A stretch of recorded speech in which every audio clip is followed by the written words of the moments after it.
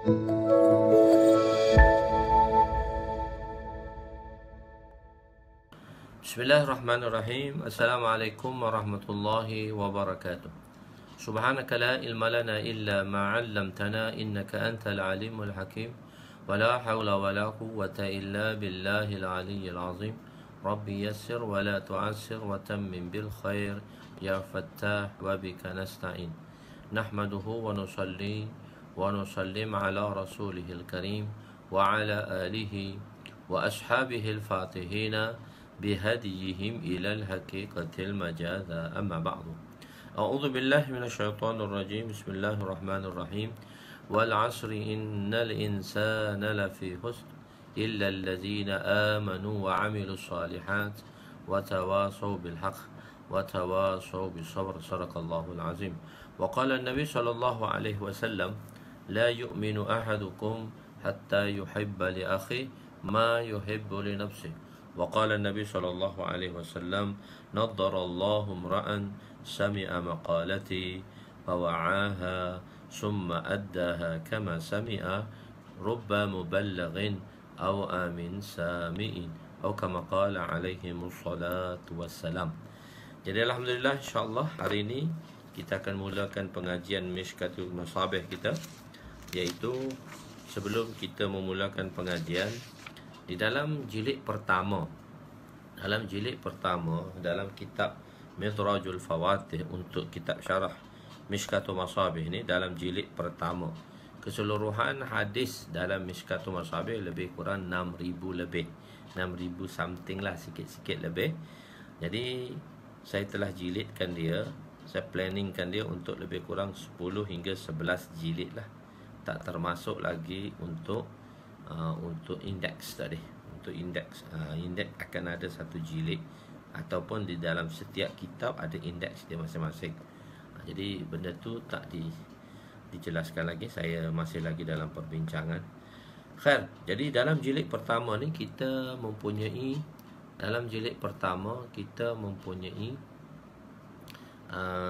dua kitab. Dalam Mishkat ni dalam dua kitab, iaitu Kitabul Iman dan satu lagi ialah Kitabul Ilmu. Dalam Kitabul Iman kita ada 5 abwab. Kitabul Iman sendiri hadisnya ada, dan di samping tu dalam Kitabul Iman kita ada lagi ada 5 bab lagi dalam Kitabul Iman, iaitu bab waswas, bab mula-mula bab dosa besar, bab pertama dosa besar, lepas tu bab waswas, bab takdir, bab azab kubur, dan bab berpegang teguh kepada Al-Quran dan Sunnah. Dan selepas tu dalam lebih kurang 170 berapa hadis di situ, dan ada 83 hadis di dalam Kitabul Ilmu sendiri. Jadi insya-Allah hari ini, sebelum kita mulakan hadis pertama kita, semalam kita ada sedikit pengenalan siapakah pengarang kitab yang pertama, iaitu Allamah Baghawi rahmatullah alaih, dan disambung kembali oleh Allamah Tibris yang menyusun kembali, dan ditambahkan sedikit. Dalam Allamah Tibris ini dia menambah sedikit. Dia ada fasal pertama, iaitu hadis-hadis sahih dari Bukhari Muslim, fasal kedua daripada selain Bukhari dan Muslim, dan fasal ketiga. Dalam setiap bab ada 3 fasal, dan fasal ketiga iaitu tambahan daripada pengarang kedua. Lebih kurang keseluruhan hadis tambahan yang dibawa oleh pengarang kedua ialah 1511 hadis. So hari ini, sebelum kita pergi kepada hadis pertama, kita nak lihat dulu ada 6 doa yang dipanjatkan oleh 6 doa yang telah dibuat oleh pengarang.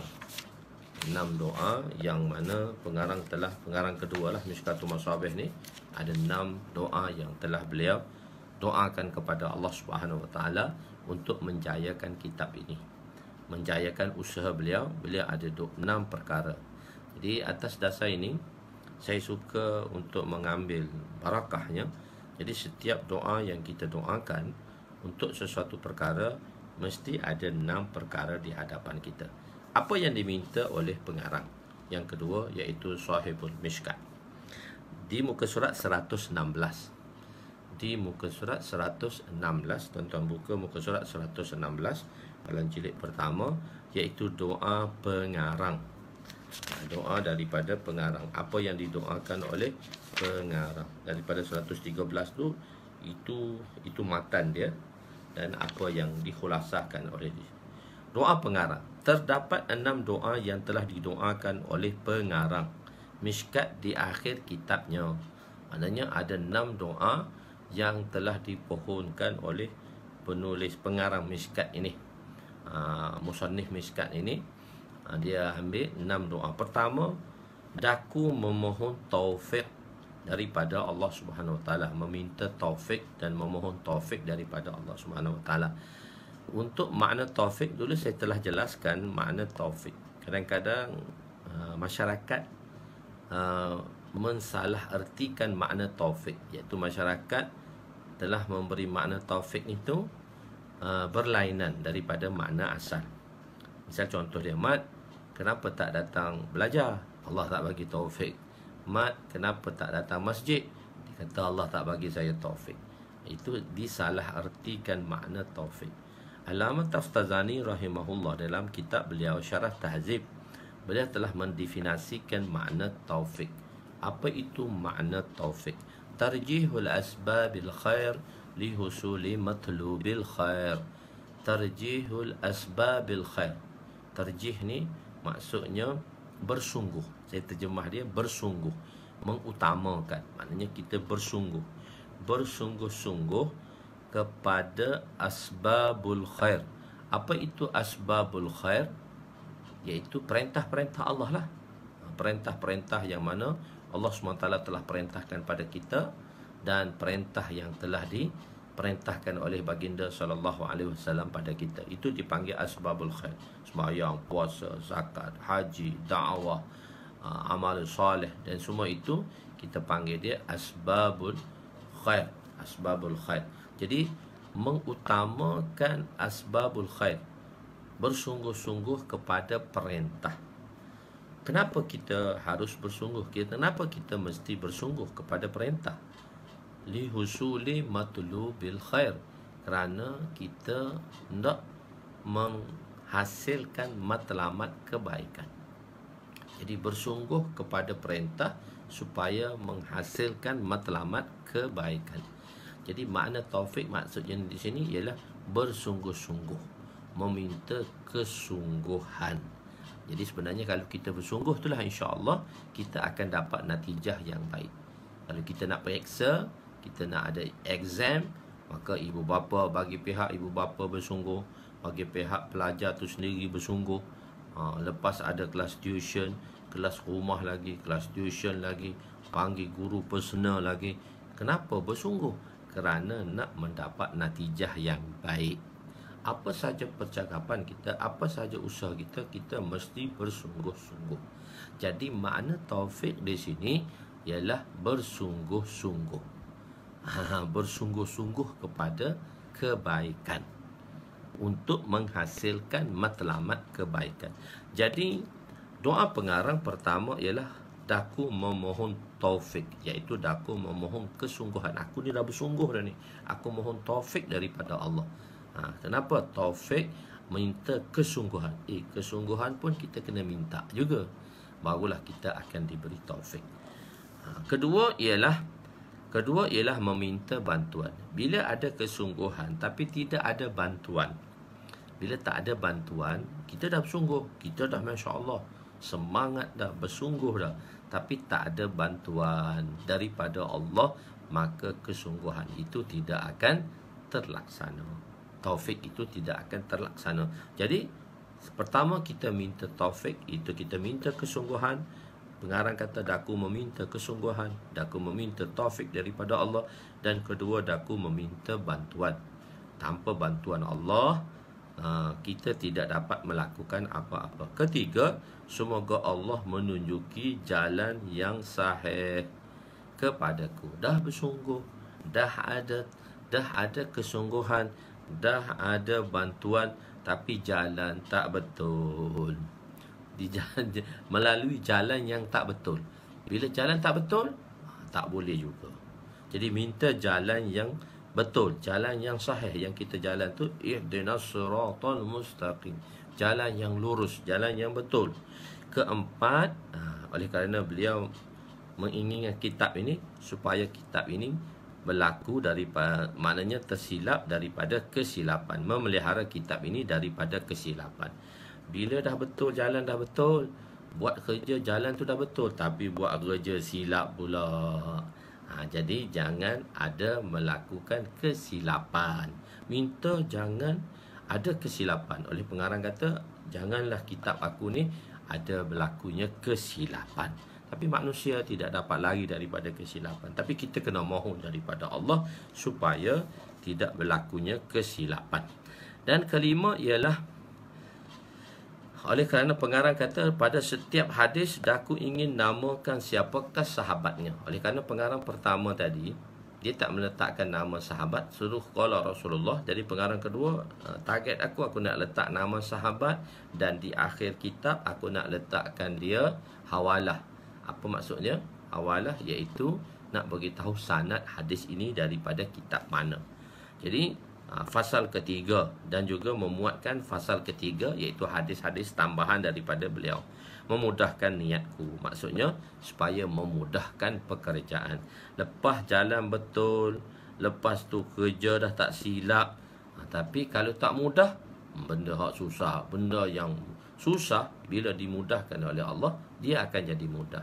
Benda yang mudah, tapi jika Allah tak mudahkan dia, maka benda tu kita tak, perkara tadi kita tidak dapat laksana. Seperti kita kata bila kita berdoa pada kawan-kawan kita, kita kata moga dipermudahkan urusan kamu. Dan keenam ialah selagi mana aku hidup, dia memberi faedah.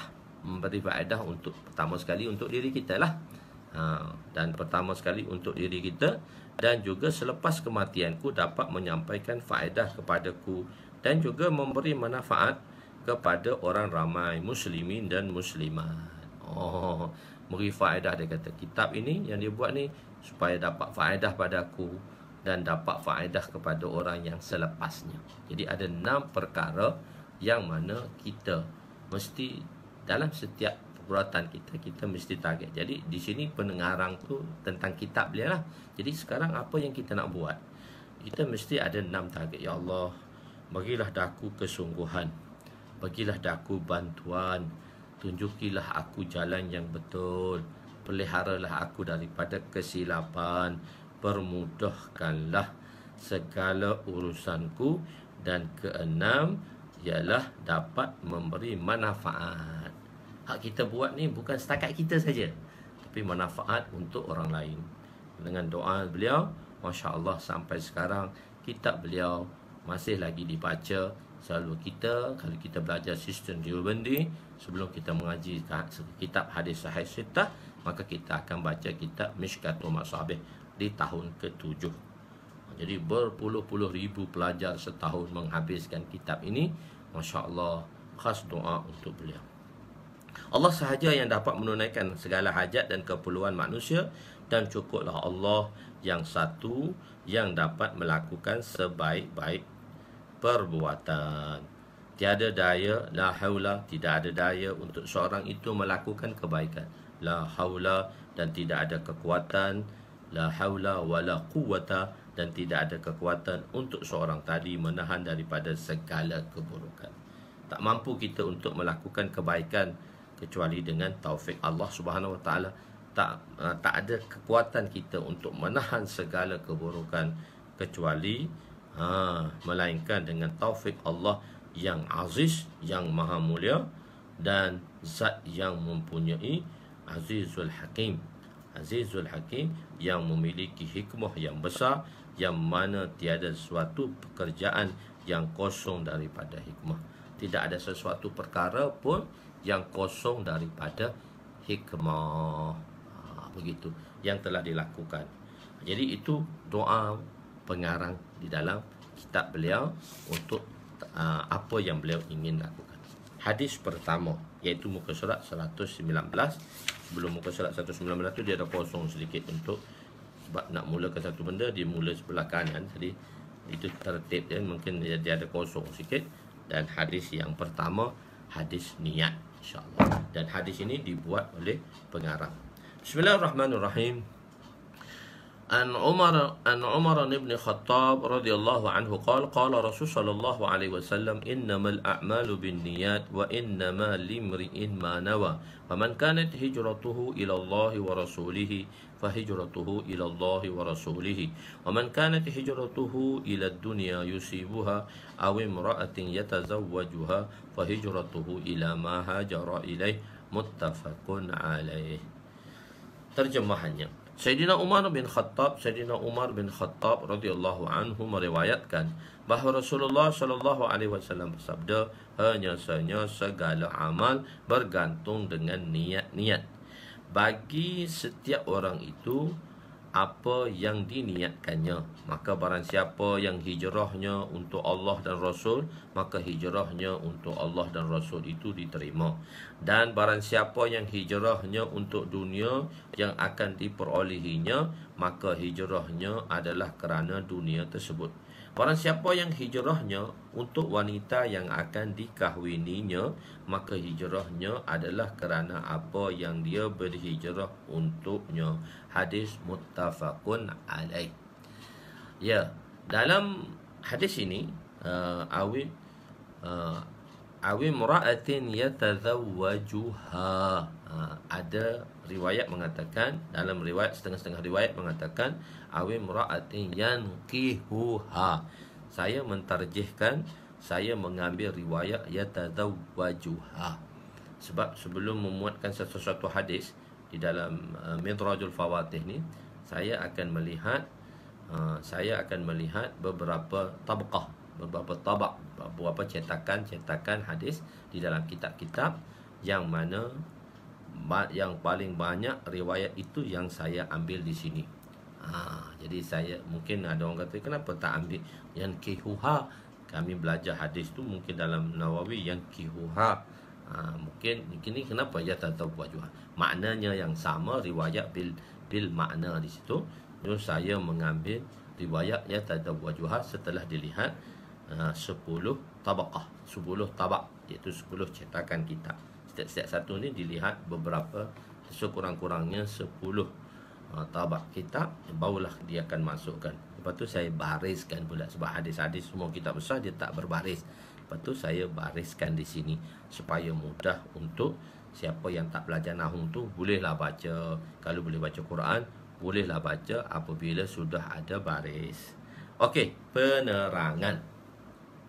Dari sudut penerangan ialah Amirul Mukminin Sayyidina Umar bin Khattab. Gelaran Amirul Mukminin, gelaran Amir Mukminin ini gelaran yang diberikan kepada Sayyidina Umar, orang yang mula-mula, khalifah yang mula-mula digelar dengan gelaran Amirul Mukminin ialah Sayyidina Umar radhiyallahu anhu, bukan Sayyidina Abu Bakar. Sayyidina Abu Bakar diberi gelaran Khalifatur Rasul, pengganti Nabi, pengganti Rasul, Khalifatur Rasul. Sepatutnya Sayyidina Umar 2 kali khalifah lah, Khalifatur Rasul. Sayyidina Uthman 3 kali lah, Khalifatur Rasul.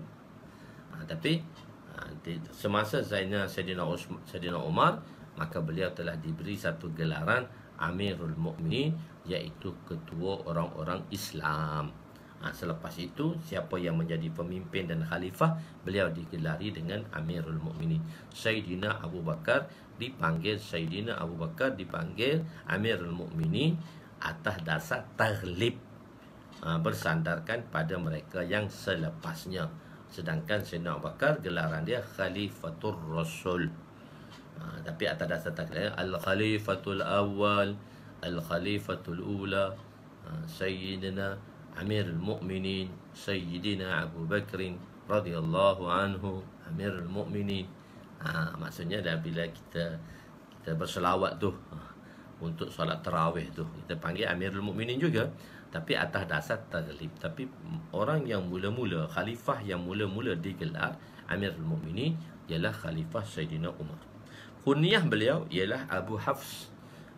Oleh kerana Sayyidatuna Hafsah adalah anak kepadanya, maka dia nama Sayyidina Umar, kunyah ni nama gelaran yang disandarkan kepada, dipanggil kunyah, yang bapa kepada si fulan atau anak kepada si fulan.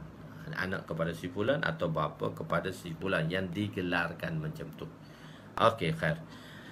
Jadi tapi Sayyidina Umar dikenali dengan nama beliau Umar, dengan nama zatnya, dengan nama pribadinya. Dia tidak dikenali dengan nama, beliau tidak dikenali dengan nama kunyah. Walaupun macam Sayyidina Abu Bakar, saya boleh beritahu semalam, iaitu dia dikenali dengan nama kunyah Abu Bakar. Abu Bakar bin Abu Quhafah. Abu Quhafah tu juga kunyah, Abu Bakar tu juga, Sayyidina Abu Bakar tu juga kunyah. Nama beliau ialah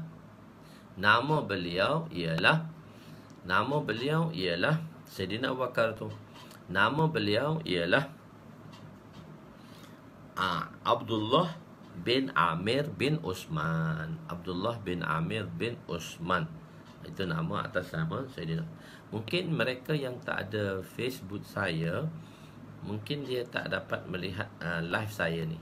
Mungkin boleh tumpang kawan-kawan dia yang sudah ada. Sebab untuk saya punya friends, lalu ramai orang yang meminta untuk menjadi friend baru saya. Jadi saya tak dapat confirmkan dia, kerana saya dah penuh dah. Sudah penuh. Jadi sudah penuh, jadi tak boleh. Saya cuba insya-Allah akan keluarkan orang-orang lama mungkin dah tak aktif. Saya minta dia, saya tak aktif, saya akan keluarkan dia lah, unfriendkan dia nanti. Saya akan ambil lah nama-nama tuan-tuan yang banyak sekali, dalam 300 orang dah minta untuk jadi friend saya. Jadi nanti saya tengok lah. Jadi sebab itu mungkin mereka tak dapat melihat. Nanti saya akan masuk di page saya. Selepas rancangan ini, saya akan masukkan kepada page saya, iaitu page Kitab Midrajul Fawatih sendiri, dan boleh lihat di dalam page lah. Dia tak boleh secara live lah mungkin. Ataupun tuan-tuan tahulah cara macam mana untuk dapat melihat secara live.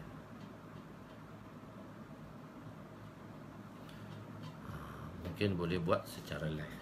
Khair, tak apa. Begini, jadi Amirul Mukminin, dia lahir pada tahun 13 tahun selepas tahun gajah, iaitu 13 tahun muda daripada Nabi SAW.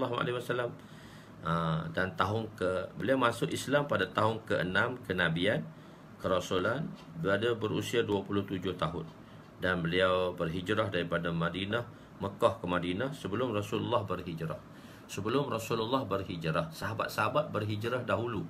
Rasulullah ialah di kalangan sahabat yang bersama Sayyidina Abu Bakar, di kalangan yang terakhir dah berhijrah daripada Mekah. Orang-orang yang Mekah tu, ramai orang Mekah tu, sahabat-sahabat dahulu lagi pergi. Sahabat-sahabat pergi dahulu lagi. Sebab itu ada satu solat yang mana sahabat kerjakan dahulu daripada siapa? Daripada Rasulullah sallallahu alaihi wasallam, iaitu solat Jumaat. Solat Jumaat hukumnya telah turun di Mekah, tetapi oleh kerana tak cukup syarat untuk menunaikan Jumaat, Nabi tidak mendirikan Jumaat di Mekah. Tetapi solat Jumaat didirikan di Madinah. Jadi sahabat sampai dahulu daripada Rasulullah sallallahu alaihi wasallam. Maka ulama mengatakan sahabat telah menunaikan solat Jumaat dahulu daripada Nabi sallallahu alaihi wasallam. Hukum sembahyang Jumaat ni telah diturunkan di Mekah. Sembahyang Jumaat ni telah diturunkan di Mekah.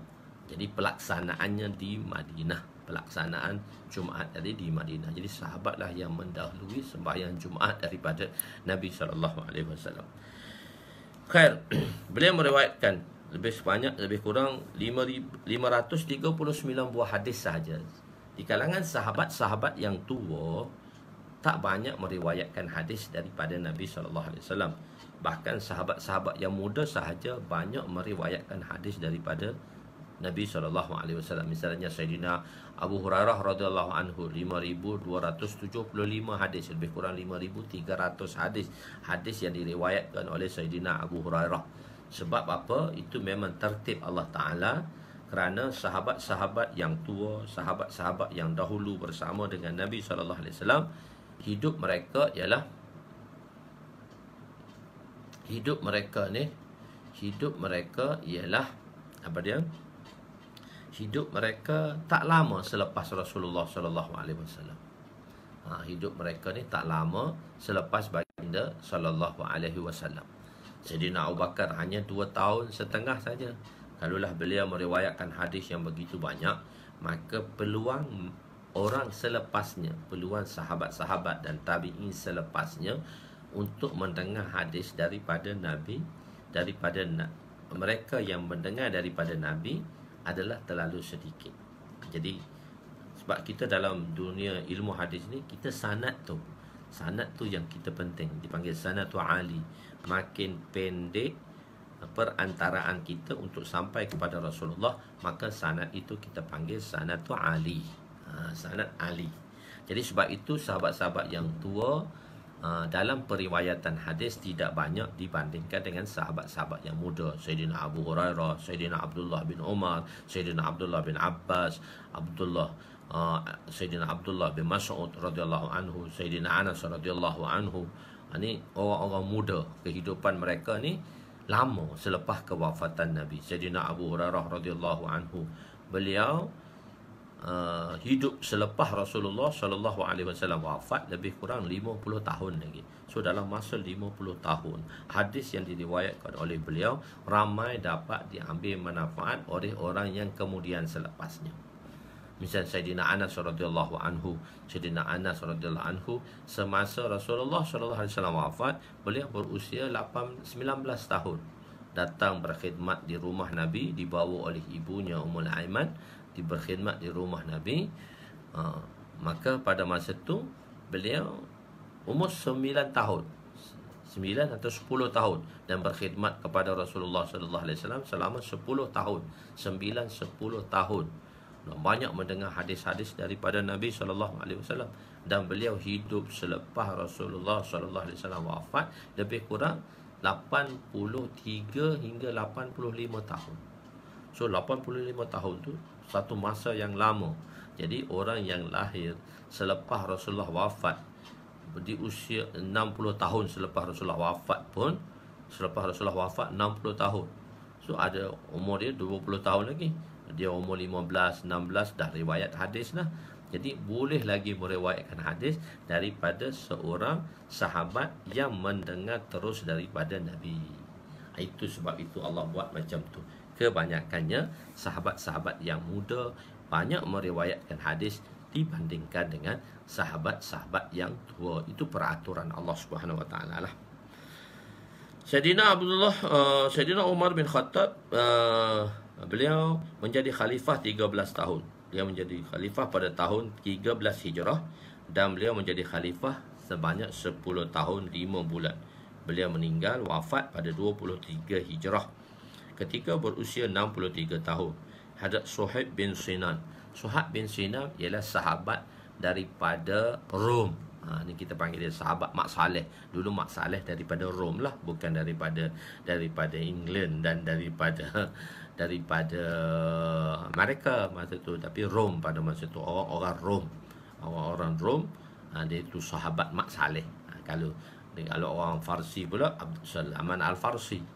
Beliau telah diminta oleh Sayyidina Umar untuk mengimami solat jenazahnya. Itu permintaan Sayyidina Umar sebelum Sayyidina Umar wafat, meninggal dan mati, dibunuh, syahid, disyahidkan. Maka beliau meminta supaya disembahyangkan, iaitu disembahyangkan jenazahnya oleh Sayyidina Suhaib bin Sinan Ar-Rumi. Lihat dalam kitab Tahzibul Kamal ataupun juga Tarikh Khulafa. Kebanyakan muhadis meletakkan hadis ni pada permulaan kitab. So pada permulaan kitab, kebanyakan hadis ini di muka surat 119 ya. Siapa yang datang baru, muka surat dia 119. Itu masih lagi di perenggan yang terakhir tadi.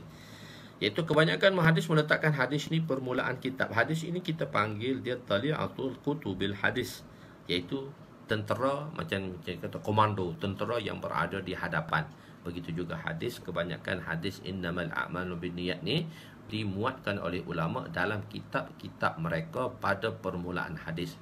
Kerana dia sebab nak memulakan sesuatu pekerjaan mestilah dengan niat. Okey. Maka hadis ini Sayyidina Umar radhiyallahu anhu telah mendengarnya dan telah memperdengarnya di atas mimbar, dan tiada sahabat yang memungkiri hadis ini. Rawinya seorang, sepatutnya hadis ni hadis gharib, iaitu hadis tapi hadis tawatur. Kita panggil dia hadis tawatur. Sebenarnya khabar wahid hadis ini. Tapi oleh kerana tawatur tu pun dari sudut maknawi, bukan tawatur tabaqat, tapi tawatur maknawi. Itu dalam dari sudut dari segi hadis tadilah, takhrij hadis tadi yang kita kata tawatur maknawi. Di sini kita lihat apa niat kita belajar. Apa niat kita belajar? Jadi kita belajar pertama sekali ialah untuk mendapat keredaan Allah. Kita belajar untuk apa dia? Kita mendapat keredaan Allah, supaya kita dapat keredaan Allah dan beramal untuk mendapat keredaan Allah. Jadi ganjaran yang besar lah. Muka surat 120 tu, ganjaran yang besar. Tapi kalau kita niat selain daripada Allah, niat kita tadi mungkin akan dikira kesalahan. Jadi macam itu juga Sayyidina Abu Hurairah radhiyallahu anhu, daripada itu saya bawa riwayat Sayyidina Abu Hurairah di dalam kitab Rawahul Abu Daud tadi. Wa Nabi Hurairah radhiyallahu anhu qala Rasul sallallahu alaihi wasallam, man ta'allama ilman mimma yubtagha bihi wajhu Allah azza wa jalla la yata'allamuhu illa liyusiba bihi 'aradan min ad-dunya lam yajid 'arfa al-jannah yawm al-qiyamah, yani rihaha. Rawahu Bukhari, rawahu Abu Daud, babu fi talabil ilm li ghairillah. Sayyidina Abu Hurairah radhiyallahu anhu berkata bahawa Nabi SAW bersabda, sesiapa yang mempelajari ilmu semata-mata untuk mendapat harta benda dunia, sedangkan ilmu itu sepatutnya dipelajari semata-mata untuk mendapat keredaan Allah, maka pada hari kiamat dia tidak akan mendapat bau syurga. Jadi kadang-kadang hadis ini, satu-satu hadis tadi dia untuk personal, tahu tak? Dia untuk diri kita. Jadi hadis ini kita tak boleh tujukan kepada orang lain. Kalau kau belajar tak kerana Allah tak boleh, kau buat kerja tak kerana Allah tak boleh. So kita tak tahu niat seseorang. Sebenarnya hadis ni dialah untuk kita melihat hati kita. Kita tidak melihat kepada orang dan kita tidak menuding kepada zahir seseorang. Sebab di dalam hati, wama tukhfis sudur, apa yang berada di dalam hati ialah hanya Allah Subhanahu Wa Taala yang tahu. Jadi manusia tidak tahu. Di hadis ni bukan kita gunakan dia, kita praktikkan dia untuk kita tengok pada orang lain. Tidak, kita kena praktik dalam diri kita. Oh saya, apa niat saya? Jadi jangan kita kata, kalau kau belajar tak ikut kerana Allah, tak boleh. Itu tak boleh. Salah. Nak dipraktikkan pada orang lain sebab kita tak tahu. Cuma kalau kita boleh bagi tahu, cuma kita beritahu secara umum tak apa. Kita tak boleh spesifikkan kepada satu orang dia buat tadi, dia buat, kita tak ada keikhlasan. Jadi Imam Syafi'i rahmatullah alaih berkata, hadis ini dipanggil nisful iman. Hadis ini kita panggil dia nisful iman, separuh nisful ilmu, separuh ilmu. Tengok apabila sesuatu untuk kita lihat, dia ada banyak-banyak kaedah juga. Sebab dalam permulaan-permulaan ni saya akan bagi tahu kawaid-kawaid dan kaedah-kaedah untuk kita memahaminya dengan mudah apa yang didakwakan oleh ulama-ulama di dalam mensyarahkan hadis tersebut. Kita tengok. Kata Imam Syafi'i, hadis ini separuh ilmu. Apa maksud separuh ilmu? Maknanya kalau kita belajar satu hadis, kalau kita tengok pada zahir maknanya kita belajar satu hadis, kita dah dapat tahu separuh ilmu. Kalau dua hadis, seluruh ilmu. Tidak, dia tidak dilihat dari sudut tu. Sebab sesuatu perkara tadi dilihat dari sudut item. Dari sudut item. Jadi dalam sudut item tadi, kita lihat dari sudut mana, daripada perspektif mana, dari sudut mana sesuatu hadis itu diceritakan. Misalnya contohnya, bila kita pergi sebuah masjid, maka kita akan menggambarkan masjid itu mengikut dari sudut mana pandangan yang kita lihat. Orang tanya dia, masjid macam mana? Dia kata ada satu mimbar. Orang kedua kata tak, ada satu kubah. Orang ketiga kata keliling dia ada pintu. So kenapa perbezaan dari segi takrif, pemberitahuan tentang lokasi masjid tadi, reka bentuk-bentuk masjid tadi? Kerana dari sudut mana dia dilihat. Sebuah bangunan dia kan dia ada pandangan depan, pandangan belakang, pandangan sisi, pandangan atas, cuma pandangan bawah tak ada. Jadi dilihat di situ. Jadi orang yang mengatakan satu mimbar kerana dia lihat dari sudut depan. Orang yang mengatakan satu kubah sebab dia lihat dari sudut atas. Orang yang mengatakan sekeliling ada pintu sebab dia tengok dari sudut tepi. Sebenarnya sebuah masjid itu dia satu kubah, satu mimbar dan dikelilingi oleh pintu. Itu cantongan dia yang terbaiklah. Jadi begitu juga. Maknanya dari sudut mana dilihatnya dikatakan separuh ilmu tadi. Jadi saya dah terangkan di situ. Jadi dari sudut amal. Dari sudut amalan. Jadi amalan ni ada dua. Satu amalan zahir dan satu amalan hati. Amalan batin iaitu amalan hati. Maknanya dari sudut hati. Jadi oleh kerana amal tadi ada dua konsep. Satu dari sudut zahiriyah, a'dha'u jawarih, dengan perbuatan zahir kita, dengan tangan, kaki yang kita lakukan amalan yang orang nampak. Dan satu lagi amal tadi dalam hati. Dalam hati, misalnya tempat wudu, rukun wudu kan syarat rukun wudu ada 6. Ada 6. Satu niat. Niat tu dalam hati. Lain tu basuh muka, basuh tangan beserta dengan siku, sapu kepala. Lepas tu batu basuh kaki beserta dengan buku lali. Jadi dia ada niat dan dia ada tertib. So niat dan tertib tadi dia maknawi, dia di dalam, dia tak nampak. Begitulah juga dari sini Imam Syafi'i menyatakan hadis ini nisful ilmu kerana amal itu dibahagi kepada dua. Satu amalan qalbi yang di batin, dan satu lagi amalan berkaitan dengan anggota zahir. Jadi saya tak baca sebagi ya. Tuan-tuan dah ada kitab di depan, tuan-tuan tengoklah apa yang saya cakap di depan tu. Kalau saya baca satu lambat. Jadi itu pun dah lambat saya terangkan. Jadi tuan-tuan boleh lihat mana saya pergi dahulu. Jadi saya tak baca satu perkataan saya terangkan sahaja dalam tulisan tadi. Jadi tuan-tuan tengok atas ni, bawah lah. Jadi amalan batin, satu amalan qalbi iaitu batin, dan satu lagi amalan zahir yang bersangkut paut dengan zahir. Jadi oleh kerana bersangkut paut dengan amal hati, oleh itu dia menjadi nisful iman, ia menjadi nisful ilmu berdasarkan pada sudut pandangan itu. Misalnya kita baca satu hadis Nabi SAW yang mafhumnya ialah apabila seseorang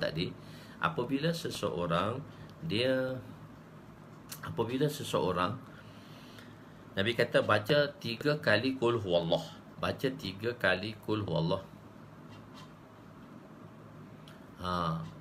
Mungkin baca 3 kali qul huwallah, iaitu 3 kali qul huwallah seperti membaca sebuah Al-Quran. Jadi 3 kali qul huwallah ni baru 12 ayat. Kalau orang baca satu Quran lebih kurang 6,200 lebih ayat. Jadi adakah sama orang yang membaca 12 ayat dengan orang yang baca 6,200 lebih ayat? Tak sama pahalanya. Tapi kenapa kata membaca qul huwallah 3 kali seperti sebuah Quran? Sudut dia beza. Kenapa? Dalam Quran ni dia ada madhamin, dia ada benda yang nak disampaikan. Mazmum dia nak disampaikan. Madhamin tu ialah peluru kepada perkataan semua isi yang nak disampaikan dalam Al-Quran tadi. Pertama tentang tauhid, kedua tentang hukum ahkam, dan ketiga tentang kisah. Tauhid, hukum ahkam, tauhid dan kisah. Tauhid, hukum ahkam, iaitu risalah lah. Nabi membawa hukum ahkam, risalah di situ. Dan tentang kisah-kisah yang diceritakan, madhamin dan kisah. 3 ni isi Al-Quran. Jadi qul huwallah ni tentang tauhid. Dia mengambil 1/3 daripada isi Al-Quran. Jadi 1/3 dari sudut isi itu. Di sudut tauhid tu 1/3. Jadi kalau 3 kali baca 1/3 seperti sebuah Quran dari sudut tauhid tadi. Begitu. Seperti juga hadis surah Ikhlas 1/3 daripada Al-Quran dibahagi kepada 3 kandungan: tauhid, risalah dan kisah. Ataupun ada riwayat kata Quran tadi terbahagi kepada 4 bahagian pula. Banyak dalam hadis yang berbeza. Al-Baghawi telah membawa hadis ni, hadis pertama dalam kitabnya, dan kerana ittiba' mengikuti pengarang yang kedua, pengarang pertama iaitu Sahibul Mishkat, membawa hadisnya di dalam kitabnya yang pertama sebagaimana pengarang pertama. Okey, pada muka surat 121. Pada muka surat 121 ialah setiap ayat dia ada asbabun nuzul. Setiap ayat ni dia ada asbabun nuzul.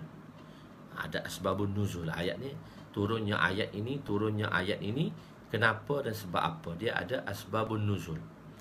Dan begitu juga hadis, kita panggil dia asbabul wurud. Kenapa hadis ini diwaritkan oleh Nabi? Kenapa hadis ini disabdakan oleh Nabi? Begitu.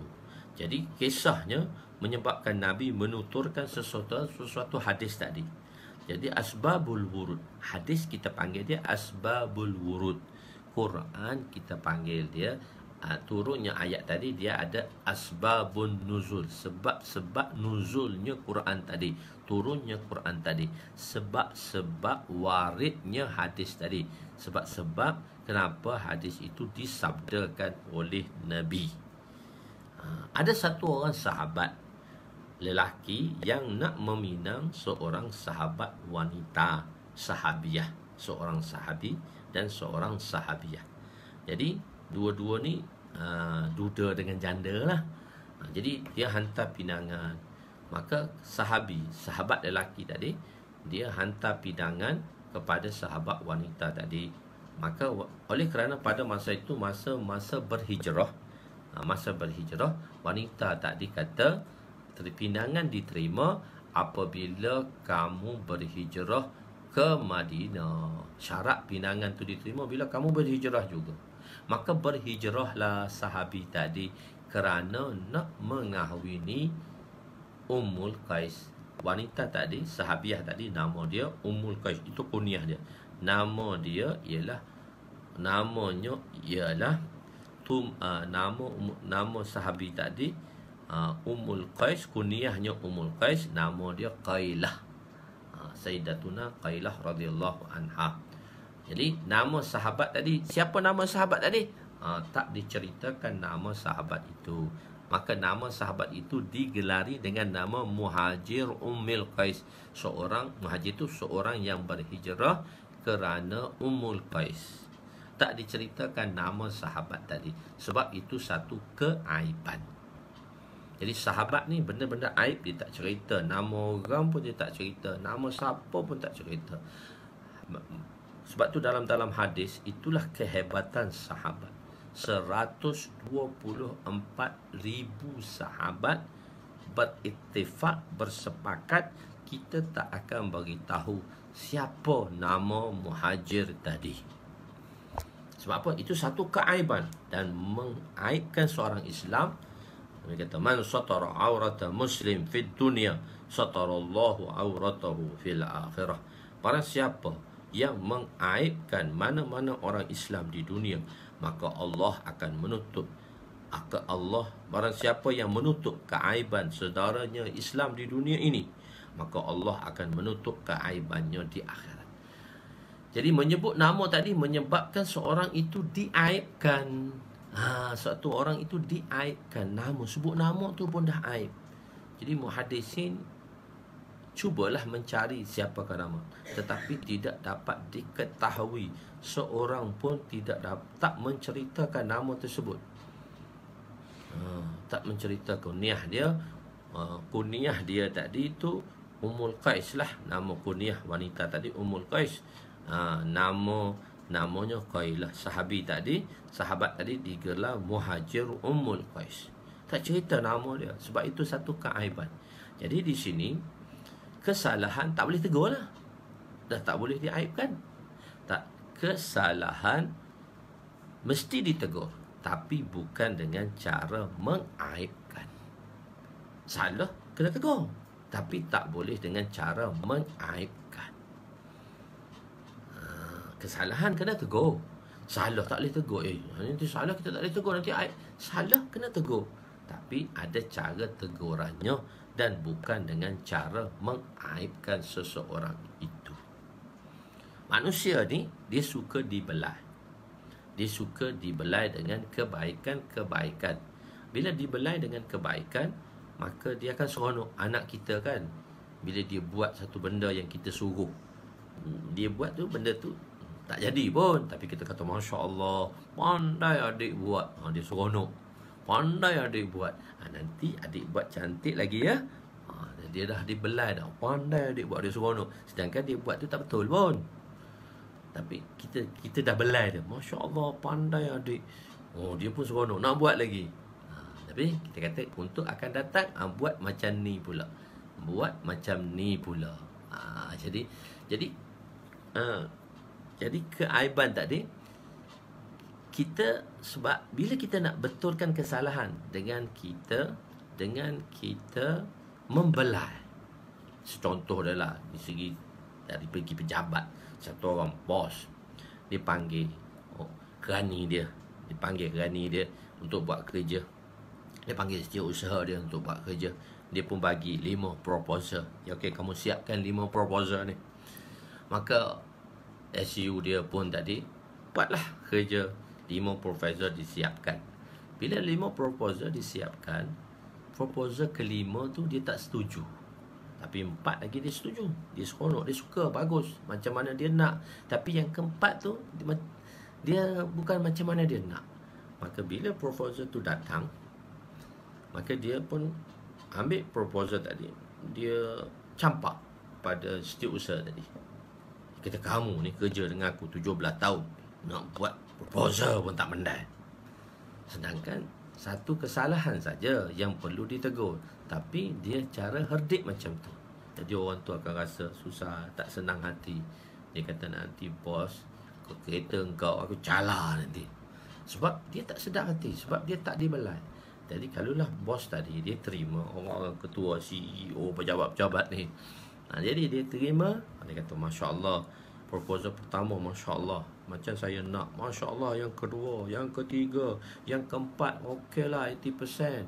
Yang kelima ni, kalau dapat betul sikit, dia dah dibelai. Pertama, kedua, ketiga, keempat dibelai. Dan dia kata kelima yang poin nak dibetulkan, kalau dapat betulkan sikit ni, kata bos, 5 minit saya betulkan. Kenapa? Sebab dia telah dibelai. Dia telah dibelai. Dia telah dibelai.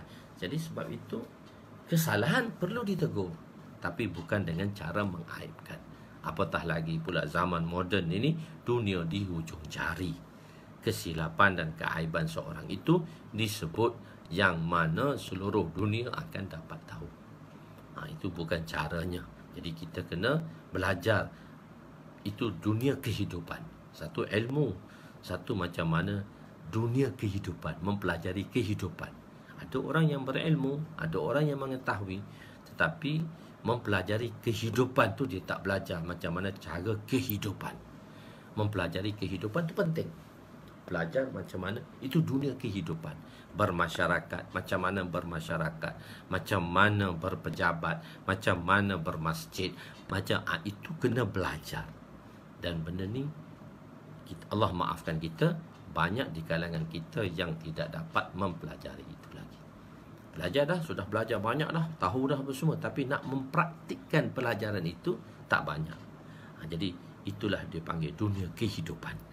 Jadi kita belajar macam mana. Sebab itu Nabi SAW telah mengajarkan kehidupan kepada kita. Khair. Jadi kahwin itu bukan satu kesalahan, bahkan dia termasuk amalan sunnah Rasulullah SAW. Sebab Nabi kata, atazawwajun nisa faman raghiba an sunnati falaysa minni. Nabi SAW bersabda, aku mengahwini wanita perempuan, siapa yang berpaling daripada sunnahku, maka dia bukan daripada golonganku. Hadis riwayat Imam Muslim. Jadi kahwin tu, tapi sebab itulah sahabat tidak menamakannya. Okey, dalam riwayat banyaklah ada tentang innamal a'mal ni, dia ada 5 5 dalam riwayat. Innamal a'malu binniyat. Innamal a'malu binniyat. Innamal amalu binniyat. Al-a'malu binniyat. Al-a'malu binniyat. Ada banyak riwayat dalam hadis lah. Innama dia ada perkataan huruf innama, haruf asar, innama, dan satu lagi iaitu al-a'mal binniyat. Ditinggal amal. Okey. Daripada inilah hukum-hukum dikeluarkan oleh ulama-ulama. Daripada al-a'mal binniyat. Kenapa Imam Syafi'i mengatakan niat itu wajib? Dari sudut mana Imam Syafi'i mengatakan niat itu wajib? Sedangkan sebahagian imam mereka tidak mewajibkan pada niat, hanya memadai pada perbuatan. Jadi kenapa Imam Syafi'i melihat daripada situ? Jadi di sinilah terbahagianya fiqh dalam mazhab.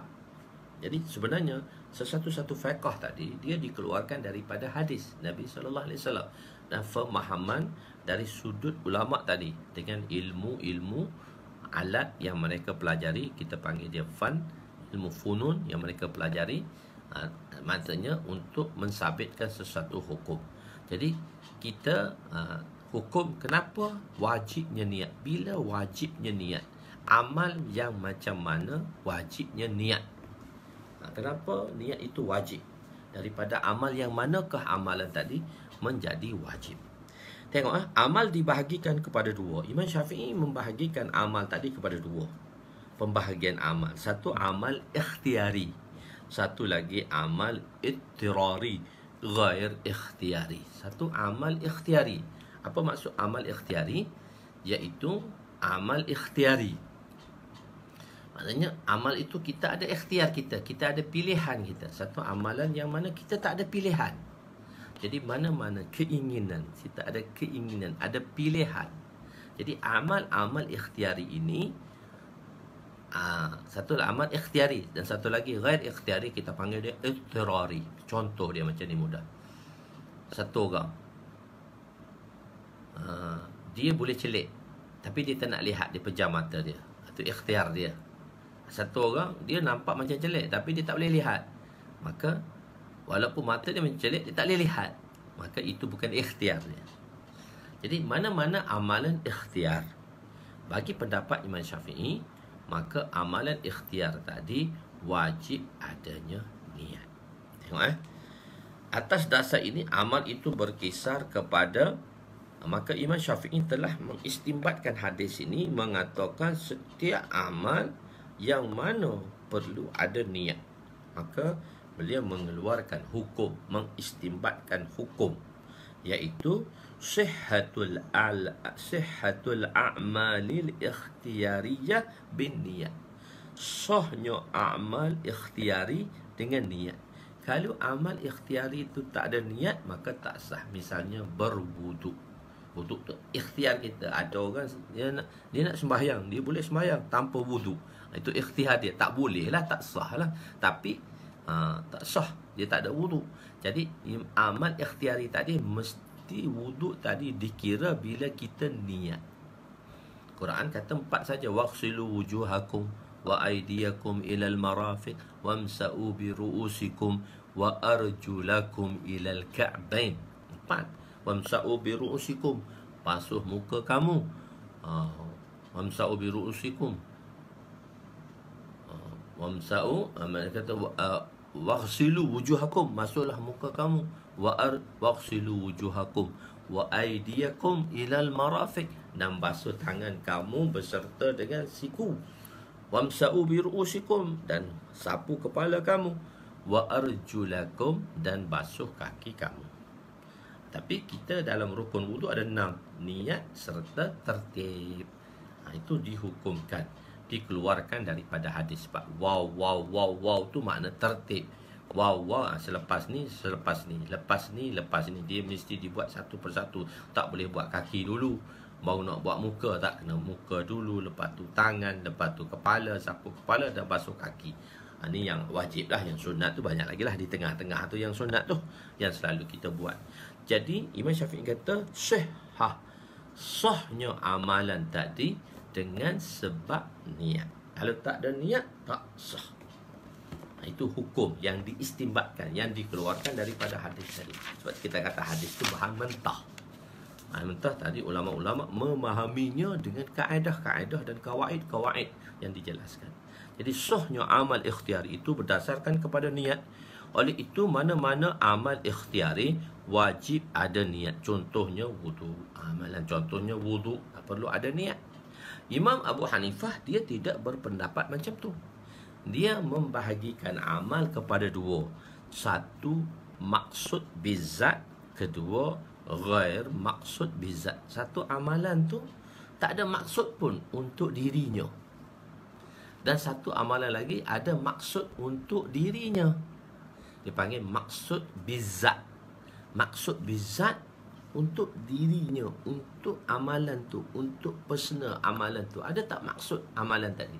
Apa maksud amalan tadi pada dirinya? Adakah amalan tadi tak ada maksud? Misalnya wudu. Wudu tak ada maksud untuk wudu tadi. Wudu tadi dia ada maksud lain untuk mengharuskan solat. Kalau tak ada wudu tak boleh solat. Kalau tak ada wudu tak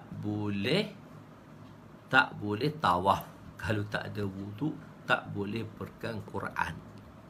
Jadi wuduk tadi dibuat, wuduk tadi diambil bukan bermaksud untuk dirinya, tetapi untuk orang lain. Itu dipanggil ghair maksud tu. Wuduk tadi ghair maksud. Untuk diri dia tak ada manfaat pun. Untuk wuduk tu tak ada apa pun. Tapi wuduk tadi kenapa dibuat? Untuk mengharuskan 3 perkara yang lain. Maka itu dipanggil ghair maksud bizat. Maka bagi pendapat Imam Abu Hanifah, kita tengok sudut lain. Sebab kita tengok item tu lain kan. Tadi saya dah beritahu kan, masjid tu dia tengok satu mimbar. Sebab dia tengok ke depan. Dia kata satu kubah. Sebab dia tengok ke atas. Jadi ni dia tengok dari sudut item. Sebab tu dalam mantik dia satu kaedah mantik, laulal i'tibarat la batalatil hikmah. Jika tidak ada sudut pandangan yang berbeza, maka terbatallah hikmah.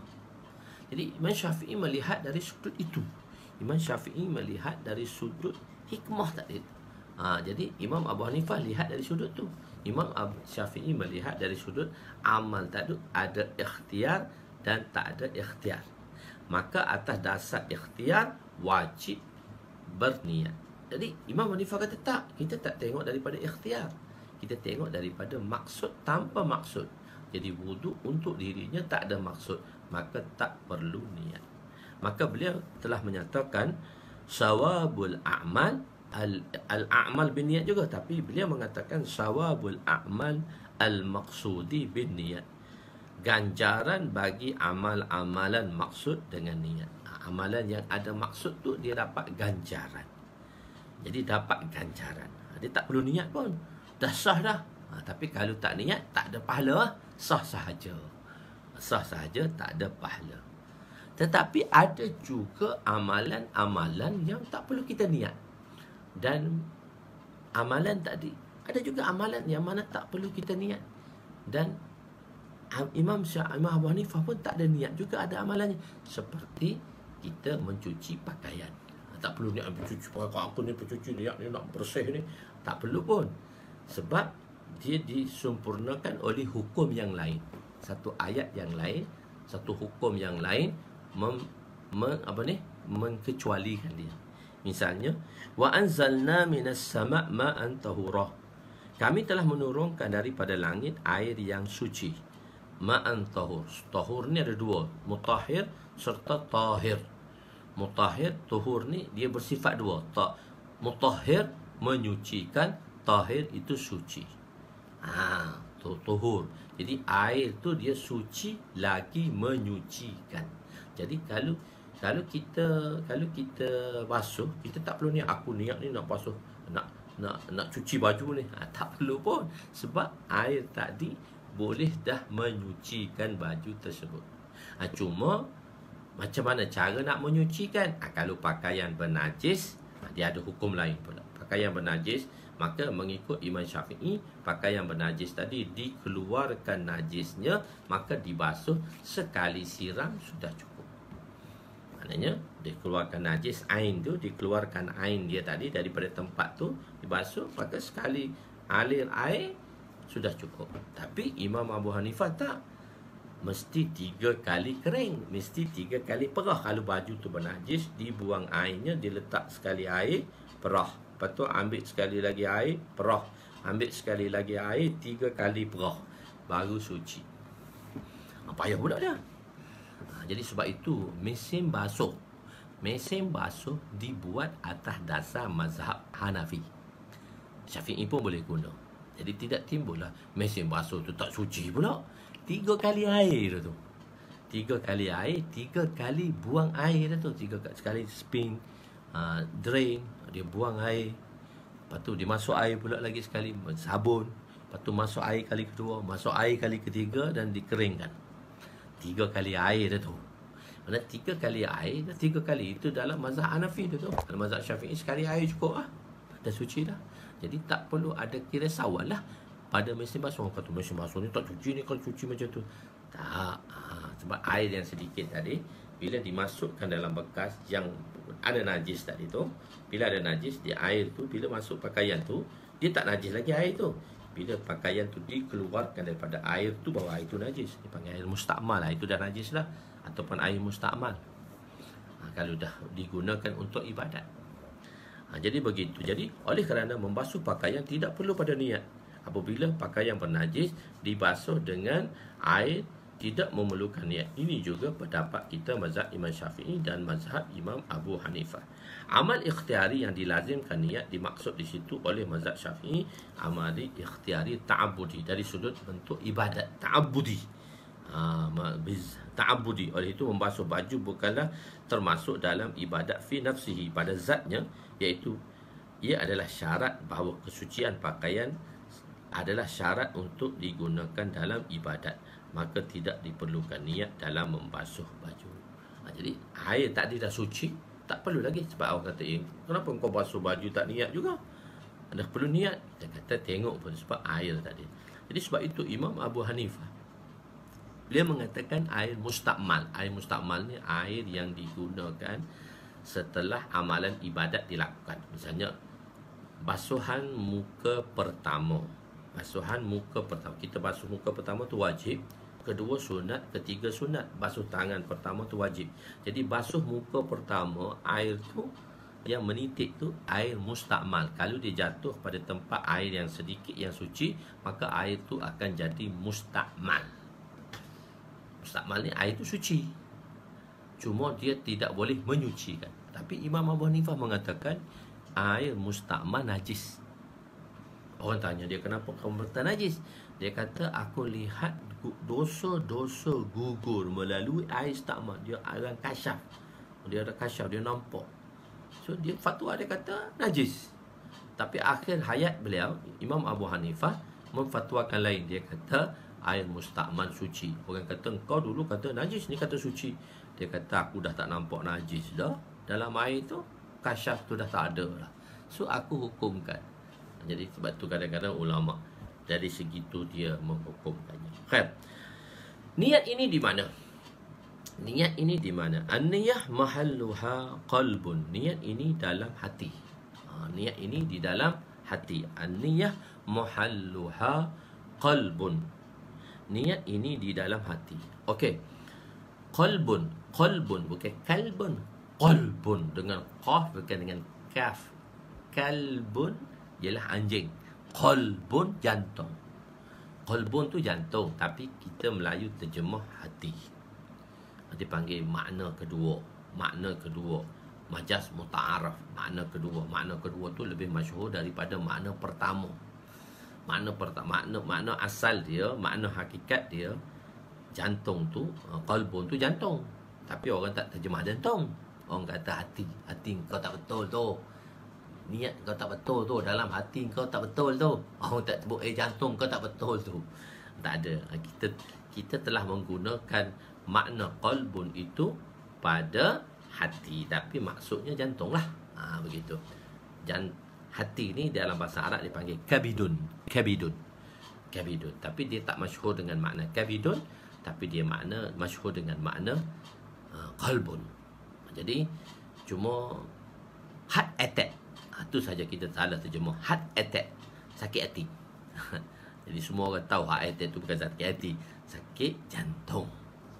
Sakit jantung lah terjemah dia pun. Heart attack tu sakit jantung, hak lain tu semua sakit hati.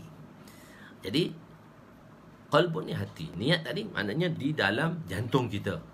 Apalah, dalam hati lah, kita sebut hati sana. Dipanggil makna asal, dipanggil makna hakikat, dan satu lagi makna majas, makna yang digunakan secara meluas dan orang dah faham. Apa nama lagi bagus? Dia kata makna jantung hati. Dia sebut dua-dua, jantung hati. Okey, si jantung hati. Khair. Niat tu mukmin tadi. Mana niat tadi? Jadi talaffuz, hukum talaffuz tu sunat dah lah. Oleh itu adalah sesuatu kesilapan apabila niat dilafazkan dalam hati. Sebab tu bila kita sembahyang, niat kita dalam hati kita. Niat, bukan baca, bukan lafaz.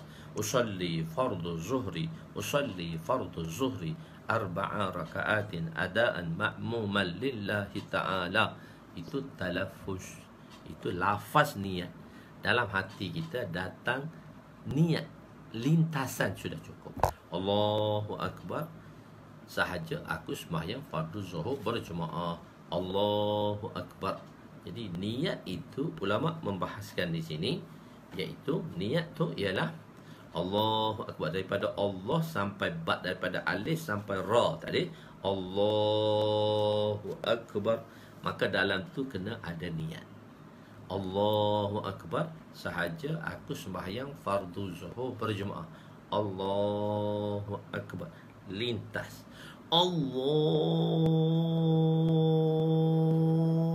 Kenapa panjang Allah? Sebab dia baca niat dalam hati.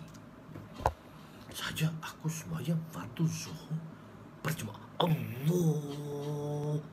Biar hati tu berkata-kata. Tak ada, hati terlintas cukup aja. Allah sahaja aku sembahyang fardu. Allah, Allah, Allah. Tu pun terjadi was-was.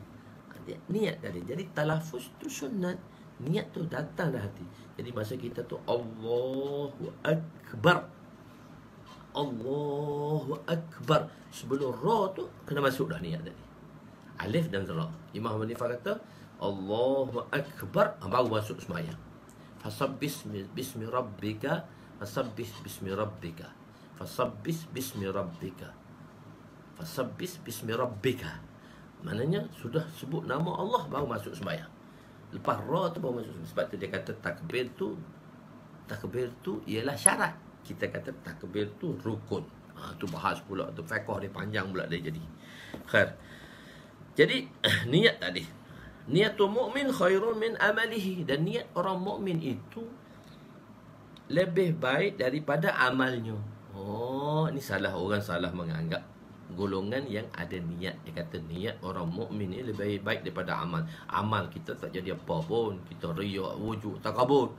Jadi niat, jadi tak payah beramal, kita sekadar niat. Ni mazhab pakai niat. Mazhab niat saja cukup, tak payah. Baru ni tu keluar dah.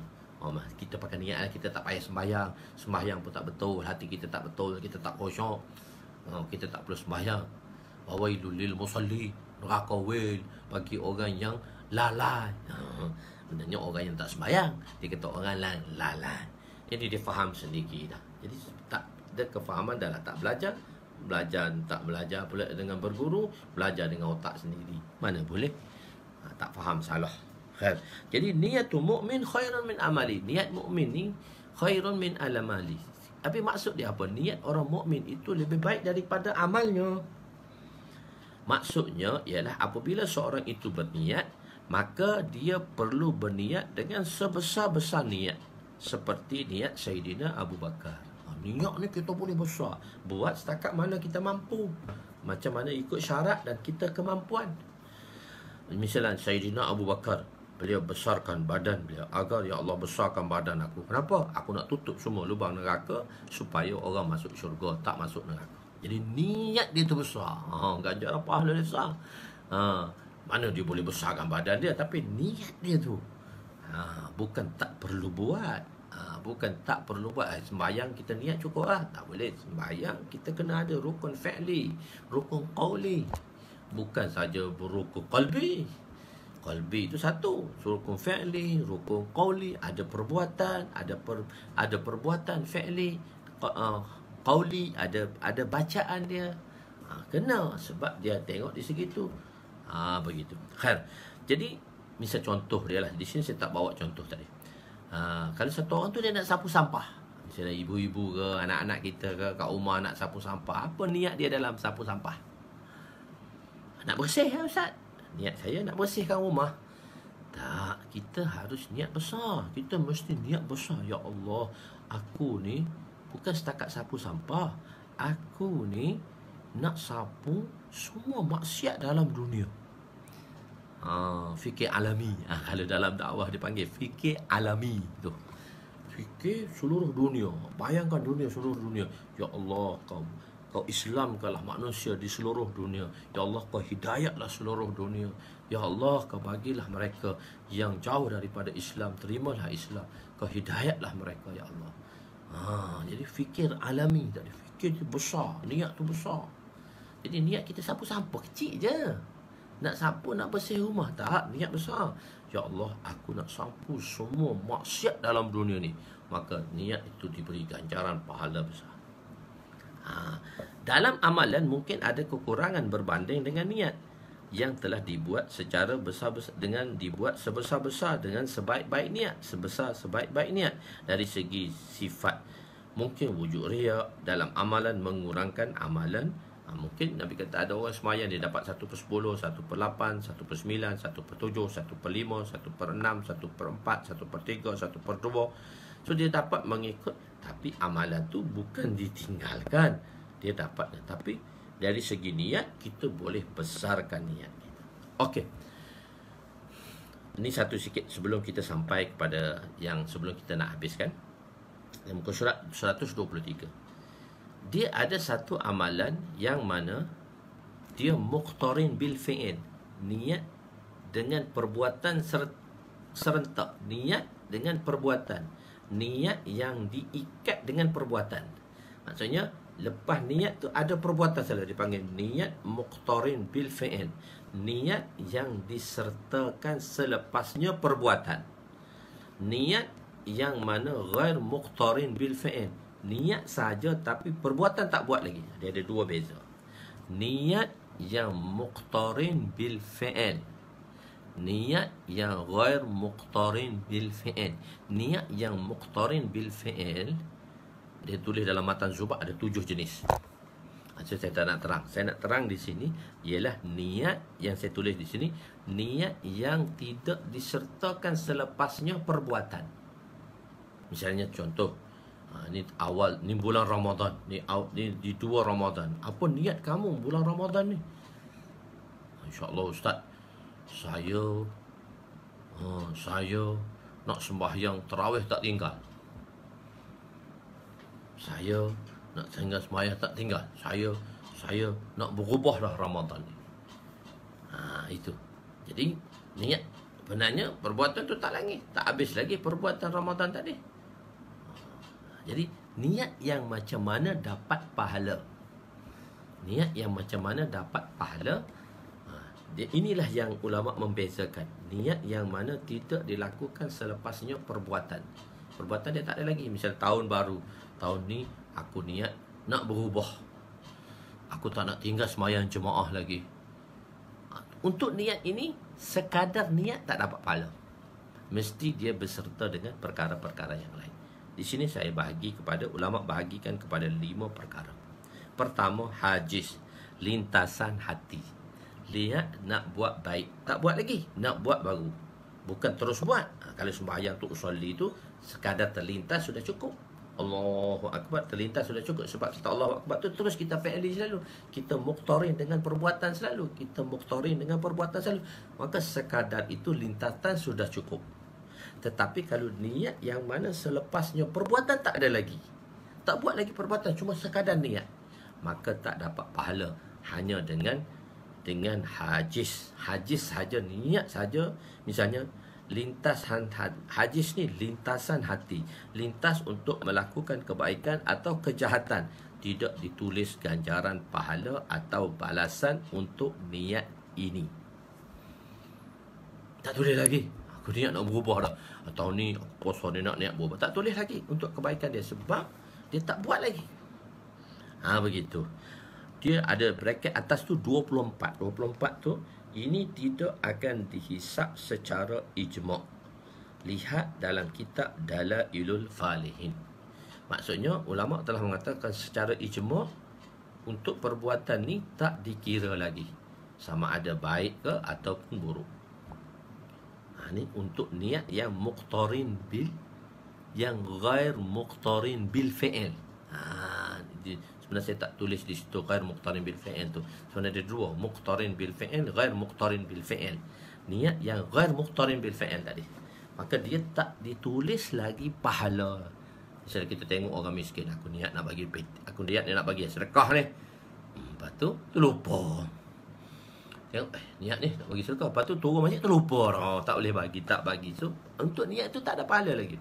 Dipanggil hajis. Lintas saja nak buat baik, lintas saja nak buat jahat, tak tulis lagi. Kedua, khatir. Selepas terlintas, terlekat dah dalam hati. Amalan tu tak boleh, terlekat dah sebentar. Lepas tu terlupa. Peringkat ini juga tidak ditulis ganjaran pahala maupun dosa. Ketiga, hadisun nafs. Hadisun nafs ni ialah fikiran dalam hati. Saya tulis fikiran. Hadisun nafs, kalau terjemah lafzi dia, hadis tu percakapan, nafs tu jiwa, percakapan jiwa. Tak betul.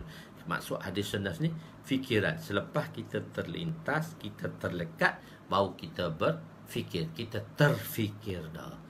Kita ada fikir dah. Kita ada fikir dah. Fikir tadi. Maka juga tidak ditulis dosa dan pahala. Dan yang keempat, ham. Ham iaitu rancangan. Ham ini ialah rancangan. Kita merancang. Maka ham ini di sini sudah ditulis pahala, tetapi tidak ditulis lagi dosa. Pahala tertulis macam mana? Kenapa kamu kata dah tulis pahala? Untuk rancangan. Rancangan ni kalau kita tengok, dia dari segi rancangan ni, kalau 50, kalau kita tengok daripada persen, 50%, syak. 50% dipanggil syak.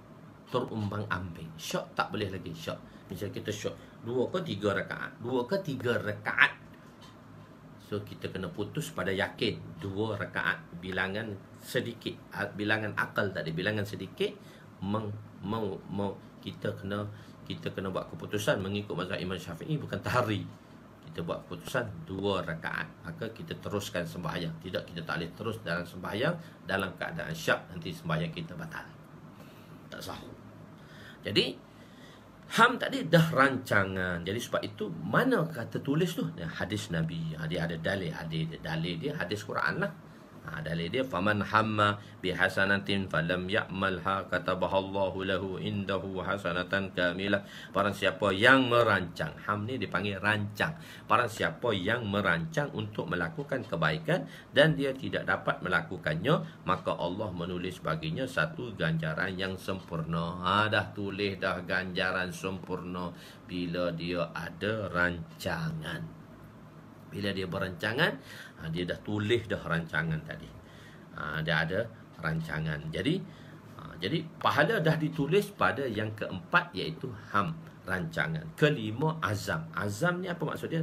Tekad untuk melakukan. Maksudnya dia dah nekat 100% dah. Maka dosa dan pahala juga telah ditulis. Dosa, pahala memang ditulis pada peringkat keempat, peringkat rancangan. Sebab tu di Malaysia kita ada rancangan DEB, Dasar Ekonomi Baru, DEB, rancangan Malaysia ke-12. Dia rancang. Sebab tu dia ada planning town, rancangan bandar. Macam mana bandar tu dia ada rancangan dah. Kalau kita di Seri Petaling ni, satu kawasan tu, perumahan tu, dia tengok jalan di tepi rumah dia. Sebenarnya dalam planning town tu, sebenarnya atas jalan tu ada lagi satu jalan yang udara tu, highway atas udara tu. Dia tak nampak sebab tu dia dah satu jalan kan, bawah ada jalan, atas ada jalan. So dia buat satu jalan, dia tak tahu yang atas tu double jalan, ada highway. Jadi rumah jadi murah pula. 2-3 tahun lepas murah balik sebab rumah ada atas highway rumah orang. Tapi mahal pula lah sekarang. Dan kawasan mahal jadi mahal juga. Turun sekejap 500,000 turun 300,000. Sekarang 300,000 jadi 800,000 balik lah. Rumah lama pun jadi 800,000 pula. Mesti kat setengah je. 22 kali 70, 75 je. Setikat setengah je. 800,000 dah. Mahal pula dia sebab benda lain lah pula. Dulu dah jadi murah 500,000 jadi 300,000 sebab ada jalan highway atas melalui rumah tadi. Atas rumah tadi ada highway. So dia ada rancangan, planning town. Dia ada rancangan dia nak buat apa. Jadi rancangan itu kita dah buat rancangan untuk kebaikan dah dapat. Tapi dosa bila sudah azam dah ditulis akan dosa. Dia orang kata tak apa, tak buat lagi tak ada dosa. Tak, bila kita betul-betul dah. Misal contoh dia macam mana. Satu orang dia pergi masjid, dia dah korek, dah tabung masjid. Dia dah betul-betul nekat nak keluar dah. Datang siap, dia tengok ada orang, dia pun niat sembahyang. Allahu Akbar. Bagi salam, kawan siap tu tak keluar lagi. Dia 2 rakaat lagi. Allahu Akbar. Lepas tu siap duduk situ lagi. Dia tak keluar-keluar lagi. Lepas tu dia keluar tanpa dia ambil duit. Sedangkan dia sudah nekat. Maka itu dosa telah ditulis. Jadi azam untuk dosa, nekat untuk melakukan dosa, sudah ditulis akan dosa itu. Bukan dosa ni kena buat baru tulis. Tak buat lagi pun, tapi sudah ada azam akan ditulis akan dosa. Mana ayatnya dalam ayat 2 ayat yang menceritakan. Suratul Nur ayat 19 dan Suratul Hajj ayat 20. Ayat 25.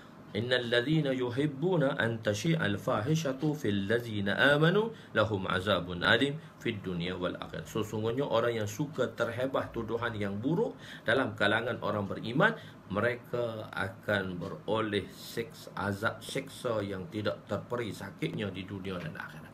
Mana tulis azab dah. Maksudnya dosa dah dikira lah. Dosa tu sebab azab tu sebab dosa. Dosa dah dikira. Suka baru, suka yang sudah sampai kepada darjah azam. Dan ketiga kedua ayatnya waman yurid fihi bi ilhadin bi zulmin nusiqhu min azabin alim. Siapa yang berazam melakukan di situ sebarang perbuatan yang dilarang dengan secara zalim, akan merasa azab yang tidak terperi sakit. Melakukan berazam. Yurid tadi ingin, tapi ingin yang mana? Keinginan yang sudah sampai kepada keazaman. Maka itu telah ditulis akan dosanya. Jadi berazam. Jadi semua terjemahan-terjemahan di dalam kitab saya ni, saya ambil terjemahan daripada terjemahan yang diluluskan oleh Jakim. Terjemahan di belakang, muka surat belakang tu, dia kata untuk pimpinan Rahman. Lalu Kamus Dewan pula edisi keempat, Dewan Bahasa dan Pustaka. Itu dah di antara yang Melayu tu lah. Yang lain tu semua kita Arab lah yang ambilnya dalam kita Arab. Khair. Jadi dia ada 5 konsep, iaitu amal niat yang mana ghair muqtarin bil fi'il, sekadar hajis, sekadar terlintas tak dapat lagi pahala. Khatir, terlekat sikit pun tak dapat pahala lagi. Hadisun nas, dah berfikir dah pun tak dapat lagi. Ham, merancang, barulah dapat pahala, dosa tak dapat. Dan seterusnya, iaitu seterusnya azam. Azam ni ialah azam ni dah nekat dah nak buat, maka tak buat pun, walaupun tak jadi buat, tapi telah dikira dosa, telah ditulis dosanya. Itu bahagian syarahan tentang innamal a'malu binniyat. Ada sedikit syarahan lah, banyak lah sini. Ulama menuliskan dia ada 500 jenis pula niat di situ. Kalau nak tulis 500 jenis, dia satu kitab lain pula yang perlu ditulisnya di sini. Begitu kan. Kita setakat satu saja untuk hari ini insya-Allah. Dan esok kita sambung lagi pada muka surat 124, iaitu bahagian kedua, wa innama limri'in ma nawa. Bagi seorang itu apa yang dia niatkan.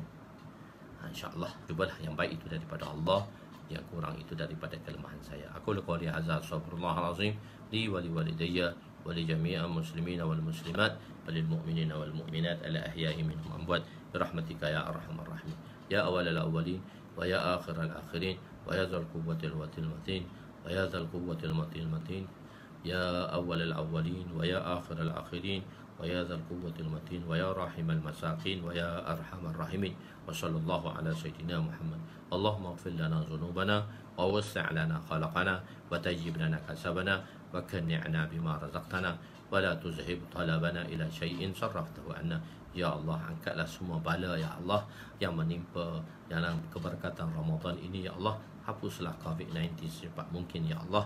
Ya Allah, nyahkanlah daripada dunia ini Ya Allah, supaya mudah kami bermuamalah.